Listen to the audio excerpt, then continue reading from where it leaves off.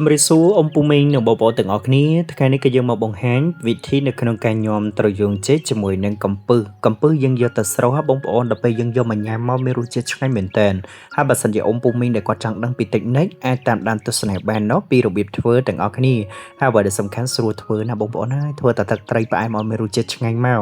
ហើយផ្សំគ្រឿងត្រូវទៀតមកអូយឆ្ងាញ់ណាស់បងប្អូនហើយញ៉ាំជក់ចិត្តតែម្ដងឥឡូវមកទស្សនាវិធីធ្វើទាំងអស់គ្នាឥឡូវនេះគឺយើងចាប់ផ្ដើមនៅក្នុងការលាងសម្អាតកំពឹសរបស់យើងសិនមកកំពឹសរបស់យើងនេះកន្លះគីឡូបងប្អូនច្រន់សំណុំក្រនបាតែម្ដងបាទដាក់មកឡើងមួយចានកធុនដែកដែរហ្នឹងណា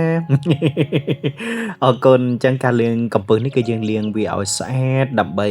សម្អាតបានល្អមានអនាម័យយើងទទួលទានទៅគឺមានរសជាតិដែរអញ្ចឹងណាបងប្អូនគ្រាន់តែឃើញវីដេអូរបស់ខាងខ្ញុំបាត់បង្ហាញហ្នឹងគួរឲ្យចាប់អារម្មណ៍ដែរណោះបាទអញ្ចឹងសម្រាប់ខាងបងប្អូនដែលគាត់ចេះពីតិចនិចនៅក្នុងការធ្វើជាមួយនឹងការញោមជាមួយនឹងត្រយូងចេកជាមួយនឹងកំពឹសលក្ខណៈកំពឹសស្រោនចេះឲ្យមានរសជាតិឈ្ងុយឆ្ងាញ់បាទ comment នៅខាងក្រោមអ្នកមួយផងណាហើយបើសិនបងប្អូនយើងអត់ទាន់ចេះទេអាចទស្សនាបានហើយអ្នកដែលគាត់ចេះហើយចែករំលែកពីបទពិសោធន៍ក៏បានដែរព្រោះតែខាងខ្ញុំបាទនេះគឺទទួលយកគ្រប់នៃកលៈទេសៈនៃនៅក្នុងការរីកគុណស្ថាបនាអញ្ចឹងណាប៉ុន្តែបើដែលសំខាន់ជាងនោះទៅទៀតបន្លែរបស់យើងនេះគឺជាមួយនឹងជីគ្រប់មុខនិយាយពីថាក្លិនឡើងឈ្ងុយលាងបដាឈួរក្លិនជីបដាណាបងប្អូនលក្ខណៈមួយថាឈ្ងុយខ្លាំងតែមែនតើអញ្ចឹងការចែករំលែកនេះសង្ឃឹមនឹងជាចិត្តរបស់បងប្អូនយើងគាត់យល់មានសណ្ដែកបដោះមានអីចឹងណាបងប្អូនសណ្ដែកបដោះនេះគឺវាឡើងខ្ចីលពក់តែម្ដងលាងសម្អាត4ទៅ5ទឹកណាបងប្អូនតែសម្រាប់ admin នៅក្នុងការកាត់ត្រួសជូនត្រខាងបងប្អូននៅក្នុងការទស្សនាព្រោះថាមានបងប្អូនយើងច្រើនដែលគ្រប់គ្រងជាមួយនឹង Channel Dara Cooking បាទឬក៏ Page Dara Cooking ហ្នឹងគឺអាចចូលទៅ follow ឬក៏ subscribe ឬក៏ស្កិនដាក់រូបកណ្ដឹងឲ្យ admin ម្នាក់មួយមកបាននៅវីដេអូថ្មីជារឿងរាល់វីដេអូតែម្ដងឥឡូវនេះគឺយើងមកត្រាំត្រយូងចេករបស់យើងវិញយើងសម្អាតវាហើយយើងត្រាំទុកចានមួយលើណាបងប្អូនឃើញតែតំណមែនតើចិត្តហើយចឹងមកឡងខ្ចីរបក់យើងចិត្តខ្លួនយើងយកតែខ្ចីមកបងប្អូនហើយធ្វើម៉េចកុំឲ្យត្រយូងចេករបស់យើងឡើងខ្មៅគឺយើងត្រូវមានតិចនិចបងប្អូនច្បាច់ក្រូចឆ្មាក៏បានឬក៏បងប្អូនគាត់ចេះពីវិធីសាស្ត្របាទតិចនិចបែបម៉េចទៀតអាច comment បានបើសិនបងប្អូនយើងលាយជាមួយនឹងប្រភេទផ្សេងណាបាទអញ្ចឹងគឺយើងអាចនៅក្នុងកាត់លាយបញ្ចូលផ្សេងបានទៅលើនៃប្រភេទបន្លែបាទចេញខាងខ្ញុំបាទ recommend នេះបើសិនជាខាងបងប្អូនយើងធ្វើអាចធ្វើតាមខាងខ្ញុំបាទបង្ហាញជូនក៏បានដែរឥឡូវនេះគឺយើងស្រុះកំពឹសតិចសិនមកបងប្អូនដាំទឹកឲ្យពុះមកសបកមក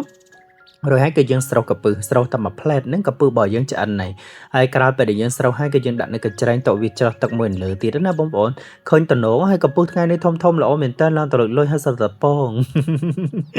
lại cái nào mỗi thanh nhâm chuột chất ta một đòn của tháp ban tại tuông từ cà phê sầu rùa vượt trái na bông bồn giờ mà thơ plia nâng về bị tham mê chết ngay mình tên plia cả ban nhom cả ban rồi cả bông bồn giờ mà thưa ở bãi sen tiết tam chấm nấu chất ta sẽ bạc khang chụp bạn những cứ dân nhom từ dụng chế cái nàyឬក៏យើងអាចហៅថាភ្លាកំពឹសត្រយូងចេកក៏បានដែរតាមនៃចំណងចំណុចចិត្តអញ្ចឹងយើងប្រើជាមួយនឹងត្រយូងចេករួមជាមួយនឹងសណ្ដែកបណ្ដោះអមតដាក់នៅជាមួយនឹងកំពឹសរបស់យើងនេះកន្លះគីឡូបងប្អូនច្រើនណាស់ដាក់មកវាសាក់មួយម៉ាតគ្នាមករសជាតិវិញអូខាប់សេរីបន្ថែមជីបន្តិចមកបាទពេលដែលយើងលាយវាច្បល់ចូលគ្នារួចរាល់អីហើយគឺយើងច្បល់បន្តិចទៅទុកមួយលើព្រោះថាយើងត្រូវទុកវាមិនលើហ្នឹងដើម្បីយើងទៅធ្វើទឹកត្រីផ្អែមបងប្អូនទឹកត្រីផ្អែមឬក៏គេហៅថាលាយទឹកប្រហុកបន្តិចហ្នឹងមានរសជាតិឆ្ងាញ់មែនតើណាបងប្អូនកាលពីមុនគឺយើងធ្លាប់ធ្វើជាមួយនឹងទឹកត្រីផ្អែមប៉ុន្តែថ្ងៃនេះគឺយើងលាយទឹកប្រហុកនិយាយពីថាដាក់មកមានជាតិមែនតើហើយសម្រាប់ខាងបងប្អូនអ្នកខាងខេត្តកំពង់ចាមនោះប្រកាសជាចូលចិត្តច្រើនណាព្រោះតែគាត់ចេះច្រើនបន្តិចទៅលើនៃមុខម្ហូបមុខនេះណាហើយបើបានកំពឹសអត់តដឹងត្រូវធ្វើអីបាទអញ្ចឹងមកទស្សនាទាំងអស់គ្នាណាឥឡូវនេះគឺយើងនឹងបង្ហាញពីរបៀបនៅក្នុងការធ្វើទឹកត្រីផ្អែមទឹកប្រហុករបស់យើងនេះឲ្យមានរសជាតិឈ្ងុយឆ្ងាញ់តើយើងត្រូវធ្វើម៉េចបាទអញ្ចឹងគឺយើងត្រូវដាំទឹកវាមកប៉ុណ្នេះមកល្មមហើយយើងដាក់ប្រហុកមកដាក់ប្រហុកហ្នឹងគឺយើងដាក់គល់សក្តិដើម្បីវាកាត់ឆ្អាបបងប្អូនធ្វើអញ្ចឹងណាបើទឹកប្រហុករបស់យើងមានក្លិនឡើងឈ្ងុយហើយរសជាតិវិញឡើងឆ្ងាញ់យកតែមែនតែនបើសម្រាប់ខាងបងប្អូនដែលគាត់ចេះតិចនិចផ្សេងទៀតអាចនៅក្នុងការចែករំលែកបានអញ្ចឹងខាងខ្ញុំបាទ recommend គឺចែករំលែកនេះគឺសិស្សសឹងតែជាវិធីធ្វើដែលល្អបំផុតឲ្យម្ហូបរបស់យើងនេះមានរសជាតិឆ្ងាញ់ហើយទទួលបាននៅជាមួយនឹងឲ្យរសជាតិញ៉ាំហើយចង់ញ៉ាំទៀតអញ្ចឹងណាក្រោយពេលដែលយើងចិញ្ច្រំប្រហុករួចរាល់អីហើយគឺយើងត្រង់ទុកមកបាទយើងស្រុះវាអីហើយយើងស្ងោរវាអីហើយយើងស្រង់យកទៅទឹកគេបងប្អូនណាដើម្បីយកមកលាយជាមួយនឹងគ្រឿងបាទមានជាមួយនឹងខ្ទឹមសចិញ្ច្រាំខ្ទឹមនឹងឲ្យម៉ត់បន្តិចទៅដើម្បីយើងយកមកធ្វើទឹកត្រីបងប្អូនមានជាតិណាស់ហើយបើបងប្អូនធ្វើដោយតែខាងខ្ញុំបានចេះអូសរុបទឹកប្រហុកនឹងនិយាយពីថាវាឆ្ងាញ់វាចូលជាជាមួយនឹងប្រភេទ dụng chơi cái bông ổn hơi ắt chặt thì hơi là cái nào muốn thay lần ngay ta mà đồ nên chắc ông bố mình cái đời chơi khen bông ổn khơi xẹp á nó mình tâm mình mà tên mình cột chme ព្រោះថាទឹកប្រហុកទឹកត្រីផ្អែមនេះគឺយើងត្រូវតែមានលាយបើយើងអត់លាយលក្ខណៈមួយថាខ្សោះកក្រោះអីចឹងណាតែធ្វើតាម admin នៅក្នុងការបរិយាយបងប្អូនតែកុំភ្លេចទេអត់មិនបានជាមួយនឹងសណ្តែកដីដាក់មកក្លិនឡើងឈ្ងុយ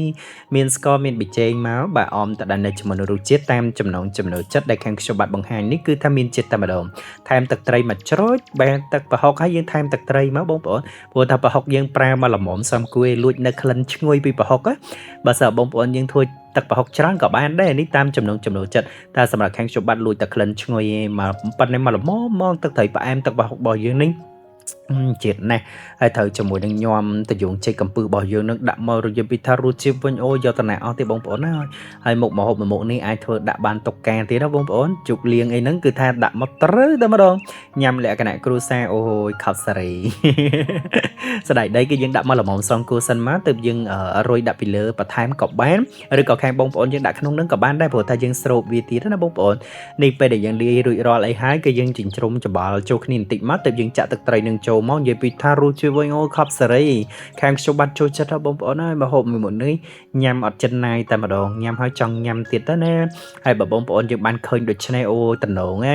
មកកធុននេះនិយាយពីថាមកគ្រួសារ8នាក់នឹងមកល្មមតែម្ដងតែសម្រាប់ខាងខ្ញុំបាត់នេះមកគ្រួសារតែ4នាក់នេះក៏ញ៉ាំអស់ដែរបងប្អូនព្រោះតែចូលចិត្តដល់បងប្អូនឲ្យតែធ្វើគេថាធ្វើច្រើនហើយព្រោះថាញ៉ាំយកមកឆ្អែតតែម្ដងណា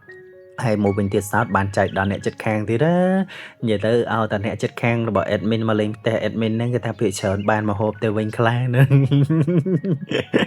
អរគុណចឹងការចែករំលែកនេះជាចិត្តតែបងប្អូនយើងគាត់បានមកហូបឆ្ងាញ់ប្រចាំថ្ងៃតែម្ដងក្រោយពេលដែលយើងច្បល់ចូលគ្នាមកហើយកំពឹសរបស់យើងឆ្អិនទៀតគឺយើងញ៉ាំវាអត់ល្អើមណាបាទព្រោះតែបងប្អូនខ្លះគាត់រៀងល្អើមមកកំពឹសស្រស់តែកំពឹសរបស់យើងឆ្អិនចេះគឺចូលចិត្តតែម្ដងเนาะអ្នកខ្លះគាត់ញ៉ាំទេណាកំពឹសស្រស់ប៉ុន្តែសម្រាប់ខាង admin ធ្វើកំពឹសស្រស់អញ្ចឹងនិយាយពីថាអូយបងប្អូនយើងឃើញហើយគាត់ប៉ែតតៃតែម្ដងណាឥឡូវនេះគឺយើងចេញមីនុយថ្មីនេះជូនដល់ខាងបងប្អូនឲ្យបាននៅក្នុងការទស្សនាព្រោះថាវាមានរសជាតិឆ្ងាញ់ត្រយងចេកក៏អត់ពិបាករកសណ្តែកបដោក៏អត់ពិបាករកបើមានជីគ្រប់មុខទៀតមកយកមកបាទឆ្នៃមុខម្ហូបមុខនេះបានហើយរសជាតិវិញអូយខាប់សេរីបាទខាងខ្ញុំបាត់ថាឆ្ងាញ់គឺឆ្ងាញ់ហើយចែករំលែកប៉ុណ្ណេះជួយចាត់ឲ្យមានបងប្អូនយើងគាត់ធ្វើតាមច្រើនតែម្ដង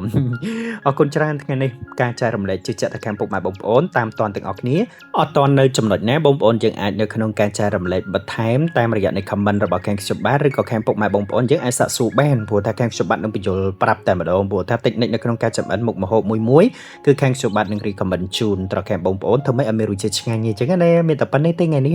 ហើយបើបងប្អូនចាប់បាននៅវីដេអូថ្មីសូមកុំភ្លេច subscribe ឬក៏ដឹង admin ម្នាក់មួយផងណាទស្សនា page ចុច follow ឲ្យម្នាក់មួយផងអរគុណច្រើនមានតែប៉ុណ្្នេះទេជួបគ្នានៅក្នុងវីដេអូក្រោយខណៈនេះ admin សូមអរគុណនិងសូមជម្រាបលាបាយបាយ